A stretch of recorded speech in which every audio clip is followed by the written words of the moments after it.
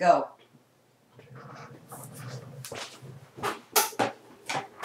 Today, I'm going to speak to you about our farms and ranches. You may or may not know that most of them are really disappearing due to a multitude of situations. Overdues at banks, crop losses, but primarily one of the worst ones is the developers we have today and have been for a long time. They move in when banks owe money.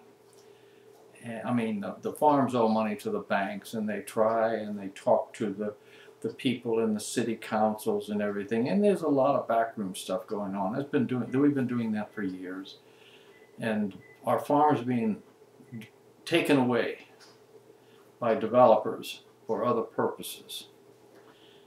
In California alone, in the last 20 years, I personally have seen, what can I say? Thousands of farms disappearing. Now, for you people that have never been to California, the California Central Valley is the greatest fertile land in the entire world. You can grow anything there, and we usually do. The strength of our country has always been founded on our farms and our farmers. And the reason I say that, you go back over 200 years, you'll find that all of our founding fathers, not all, but most of them were farmers before they became our founding fathers. And many returned to their farms that was their love. Now, there's a reason for that.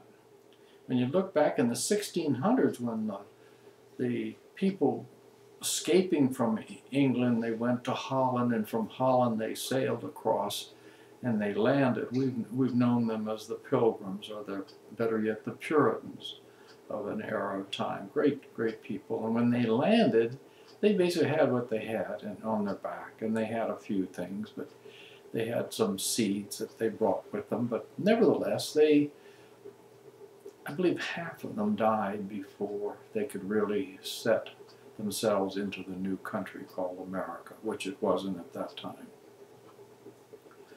So with the help of the Indians of the Northeast, they were a great help to these people. In fact, they saved their lives by what they did.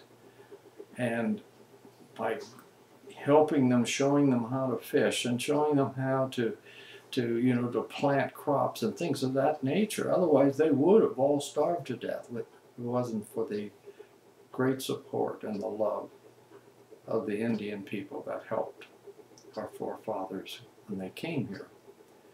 Now, years ago, I read an article, and I can't recall exactly who wrote it, but it was someone within our founding fathers, and they were talking about cities and farms. And it goes like this. You can burn cities down, in which England did, Washington, D.C., and many of the other places that were built up. And after they're burnt down, we survive, and we can build the city back. However, if you burn the farms, everyone dies. And what they were explaining was that the farms are an essential part of a nation, especially growing up. And we have been growing up for the last 234 years. And we're seeing the loss of our farms being turned into not much of anything. More buildings, more strip malls, more highways, more of everything. But it doesn't feed the people who we are. That was our strength from the very beginning. If you look at the history of the past very carefully, you will find that countries that don't have a very strong agricultural supply, the earth may be not as good, the water's not good, whatever the reason, you find that they are just scrubbing the earth and they're just dying away slowly from famine. And we've seen it. Africa itself is a perfect example of that.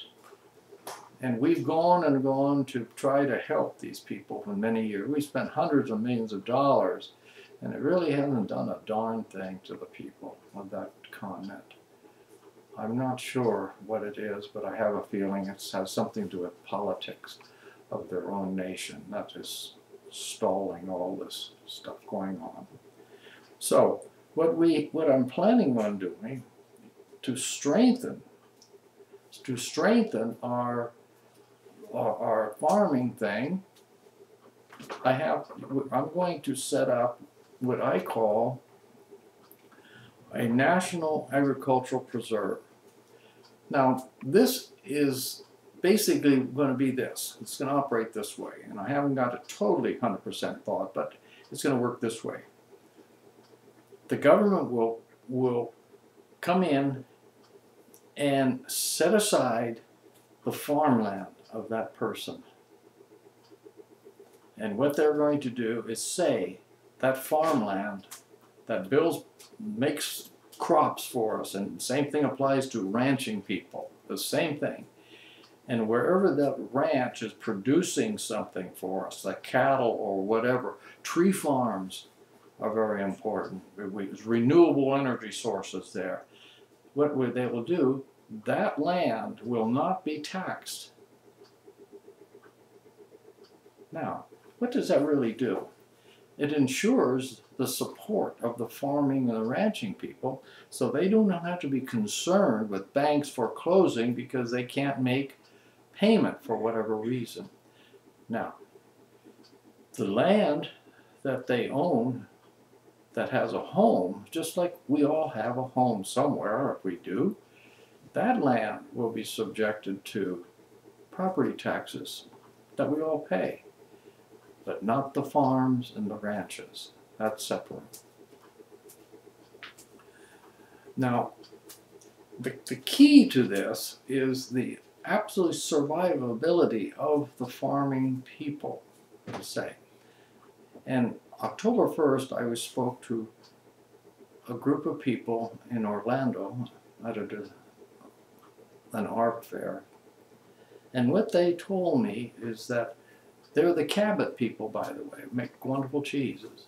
And they're saying that they're going into all the farmers in the area, are going and clustering together into co-ops to help and produce and to help each other. And that's what we've always been doing from the past, okay? Helping your neighbor.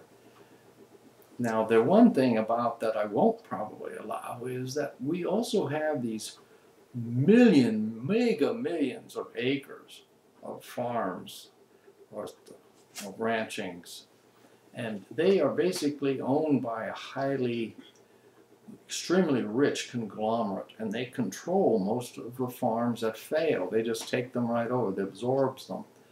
Now, that farm and its people will also receive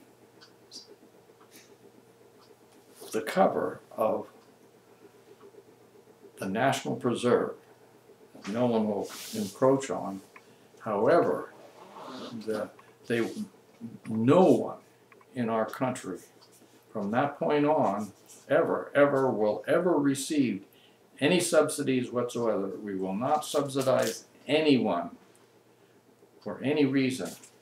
If they have land they can't use for whatever, for crop whatever, we plant fuel, corn, great way to supplement.